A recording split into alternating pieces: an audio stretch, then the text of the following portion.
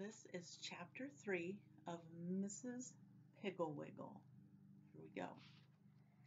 The Answer Backer Cure. At 3 o'clock in the afternoon, Mrs. O'Toole put a peanut butter sandwich and a nice cool glass of milk on the kitchen table for her little girl when she came home from school.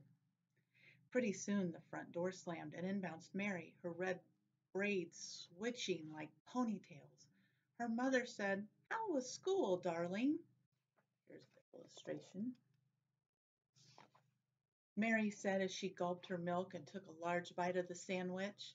"Well, this afternoon, Miss Crabtree said Mary O'Toole will stay in at recess and put the paint boxes away." And I said, Mary took another gulp of the milk, "You're the teacher here, Miss Crabtree.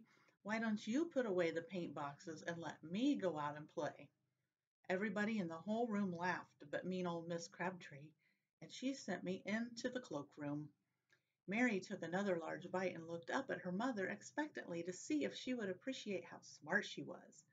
However, her mother said, "That was a very rude thing for you to do, Mary, and I am ashamed of you. When you finish your sandwich and milk, you'd better go up to your room and stay until dinner. You can concentrate on how rude you were to nice Miss Crabtree." Mary pulled her mouth down at the corners, squinted up her pretty brown eyes, and said, "Why should I?" She kept her mouth pulled down and blinked her eyes rapidly in a most disagreeable way.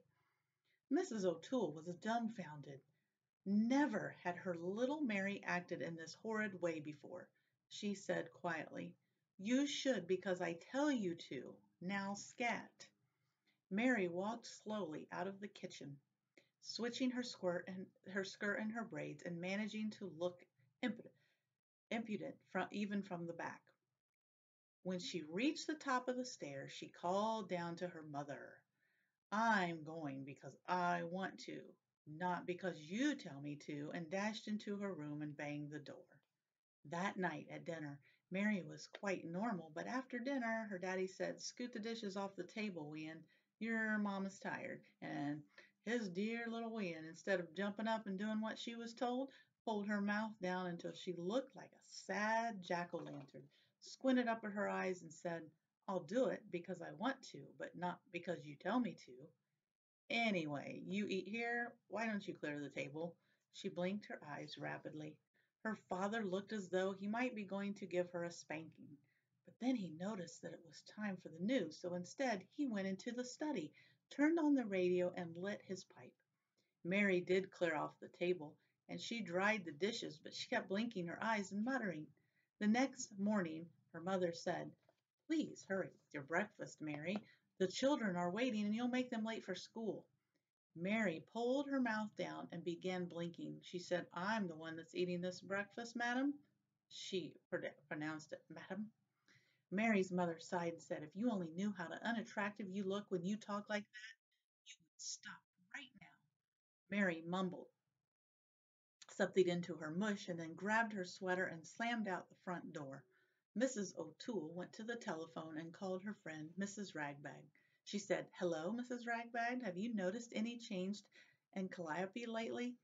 Mrs. Ragbag said, "Well, no, I can't say I have, Mrs. O'Toole. She seems to be studying hard in school and she eats and sleeps well. Have you noticed anything wrong with her?" Mrs. O'Toole said, "No, it's not Calliope I'm worried about. It is Mary. Yesterday afternoon she came home from school and she seemed perfectly normal and she looked all right, but she told me how very rude she had been in school. I punished her, of course. In fact, I sent her to her room to stay until dinner, but she was so rude to me. She was rude to her father. I just cannot understand it. I thought perhaps all the children were acting this way." She pulls down her mouth, squints up her eyes, and blinks. She looks hideous. Mrs. Ragbag said, "Oh, I'm so sorry, Mrs. O'Toole, because Mary has always been such a dear little girl. I don't know what to suggest. Why don't you call Mrs. Keystop? You know, what a problem her little Chucky is. She should have some ideas." Mrs. O'Toole said, "Thank you very much, Mrs. Ragbag. I'll call Mrs. Keystop right now." So she called Mrs. Keystop, but she wasn't at home, and the maid, Nora, answered the phone. Nora said, "Sure, and Mrs. Keystop ain't home, Mrs. O'Toole, but how about this dear little Mary? The one with the beautiful braids? Mrs. O'Toole said, "Oh, Nora, that is just why I called. Mary has suddenly become so rude. She answers back and she pulls her mouth down and she squints up and her eyes blinks. She started yesterday. I'm so upset. I called to ask Mrs. Keystop if she had ever had similar trouble with Chucky." Nora said, "Sure, and there ain't any trouble she hasn't had with that Chucky. He's so rude he talks back to himself. But I'm thinking you best call Mrs. Pigglewiggle. That little woman has forgotten more about children than we'll ever know. She's even taught Hubert Prentice to pick up his toys. Now there's a spoiled child." Mrs. O'Toole said, "Oh, thank you so much, Nora. I should have thought of Mrs. Pigglewiggle in the first place. I'll call her right now." Mrs. O'Toole called Mrs. Pigglewiggle and said, "Oh, Mrs. Pigglewiggle, I'm so worried about my little girl Mary." Mrs. Pigglewiggle said, "I know, Mary. She has such beautiful red hair and such lovely brown eyes." Mrs. O'Toole said, "Well, she still has the hair anyway, but her eyes don't look pretty anymore. She squints them up, pulls down her mouth, and then blinks." Mrs. Pigglewiggle said, "She answers back and is rude, isn't she?" Mrs. O'Toole said, "Yes, she is. But how did you know? I do hope she hasn't been rude to you." Mrs. Pigglewiggle said, "Oh, no, Mary is always very polite to me, but I can recognize the answer backer symptoms. When was she first rude?" "Yesterday afternoon, right after school. She was rude to dear Miss Crabtree, her teacher, and when I sent her to her room, she made this hideous face and said, 'I'll do it because I want to, not because you tell me to.' Mrs. Pigglewiggle, she walks in such a way that her braids twitch and even her back looks rude." Mrs. Pigglewiggle said, "Don't worry, Mrs. O'Toole. Some of the most charming children I know were once answer backers. Fortunately, Mary has only just begun, so she can be cured in no time at all. You drop by here after lunch and I will give you Penelope Parrot to keep for a while. Mrs. Garrison has been using Penelope, but she has had her for a month now, and Gary should be cured by this time. Now don't worry, Mrs. O'Toole. Penelope is a cure for even the most stubborn cases of answer backishness." Mrs. O'Toole hung up the phone and she felt much better. Right after lunch, she went down to Mrs. Pigglewiggle's house and got Penelope. Penelope Parrot was a large, cross-looking green bird who blinked rapidly. Mrs. Pigglewiggle said as she handed the cage to Mrs. O'Toole, "Fortunately for you, Penelope will only talk to children." During the walk home from Mrs. Pigglewiggle's house, Penelope was quiet in a very cross, blinky-eyed sort of way when Mrs. O'Toole hung her cage in the kitchen. She hunched down and put her head under her wing, but when Mary came in from school, Penelope woke up and began preening her feathers. Mary was delighted with Penelope. She said, "Oh, Mother, I've always wanted a parrot. Do you think she can talk?" Mrs. O'Toole said, "She hasn't said a word since I brought her home, but I was told that she speaks only to children." Mary said, "Well, where did you get her, Mother? Is this for me? May I have her in my room for my very own?" Her mother said, "I'm keeping her for a friend of mine, but when you plan your room, you may hang her cage by the window." Mary brought her milk and cookies over by Penelope's cage and was very surprised when Penelope blinked and rudely said, "Give me a bite, pig." Mary broke off a piece of the cookie and poked it through the bars of the cage. Penelope snatched it and said, "Thanks, pig." Mary turned to her mother. "She's certainly not very polite, is she?" Her mother said, "Perhaps she's been around rude people. After all, she's only a parrot and repeats what she hears." Penelope blinked her eyes and said, "Oh, yeah?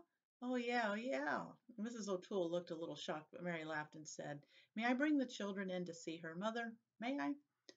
Before Mrs. O'Toole could answer, Penelope began hopping up and down, blinking and yelling. "Say, are you the boss around here? Are you the boss around here? Are you the boss around here?" Mary's mother said, "I am the boss around here, Penelope, and if you are not more courteous, I'll put a cloth over your cage." Penelope blinked and muttered.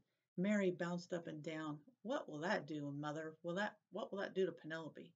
Mrs. O'Toole said, "If I put a cloth over her cage, she will think that it is night and go to sleep." Penelope squawked, "I'll do it because I want to, not because you tell me to." Mary was certainly surprised at that because she thought that she'd made up a brilliant remark. She didn't dare to look at her mother, so she put on her sweater and went out to find her playmates.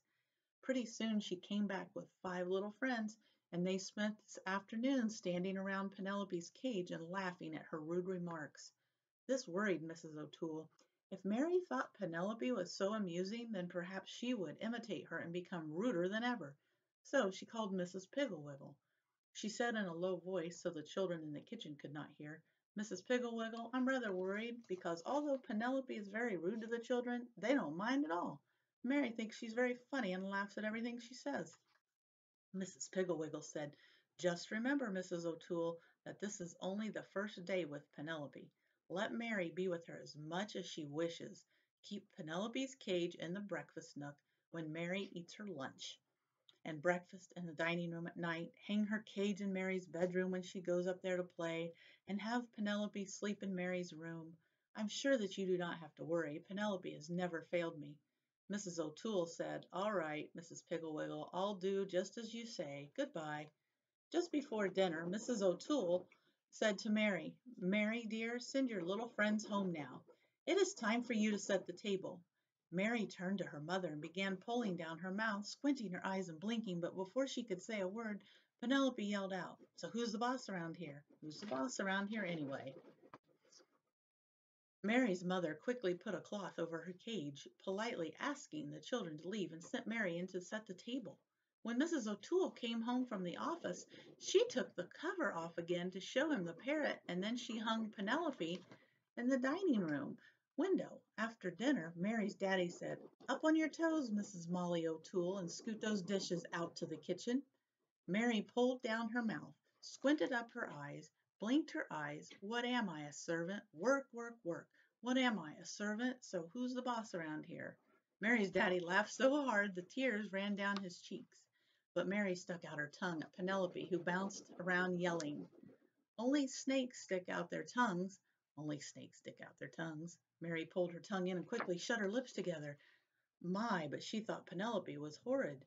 Mrs. O'Toole hung Penelope's cage in Mary's room, and Penelope squawked and made so much noise that Mary finally said, "Oh, be quiet." And Penelope blinked and said, "I'll do it because I want to, not because you tell me to. I'll do it because I want to, not because you tell me to."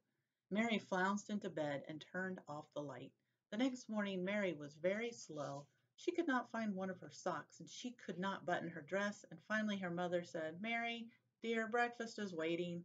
Mary pulled down her mouth, squinted up, and said, "Hurry, hurry, hurry yourself." Penelope had been preening her tail feathers, but when she heard Mary, she jerked her head up. "Oh, hurry, hurry, hurry yourself, Slowpoke. Hurry yourself, Slowpoke. Hurry yourself." Mary said crossly, "Oh, be quiet, Penelope." Penelope said, "I'll do it because I want to, not because you tell me to. Say, who's the boss around here? Oh, yeah, yeah, yeah." Mary ran downstairs and sat down to breakfast, leaving Penelope still shouting. But Mrs. O'Toole ran upstairs and got Penelope and hung her cage by the window. When the children called for Mary and Mrs. O'Toole, "Hurry, dear, you will make your friends late for school," Mary pulled down her mouth and squinted up her eyes and blinked. But before she could say a word, Penelope squawked, "I'm the only one who's eating this breakfast, madam. Hurry, hurry, hurry. Hurry yourself, Slowpoke." Mary was ashamed to look at her mother, so she rushed off without kissing her goodbye, and Penelope yelled after her, "Hurry, Slowpoke, bell's ringing." When Mary came home from school that afternoon, she kissed her mother and said, "Mother, I apologized to Miss Crabtree today, and she said that next week I can be monitor for the scissors." Penelope yelled, "Who said so? Who said so? Who's the boss? Who's the boss?" Mary turned to Penelope and said, "You are a very rude bird. If you don't hush right now, I'm going to put a cloth over your cage." And here's a picture.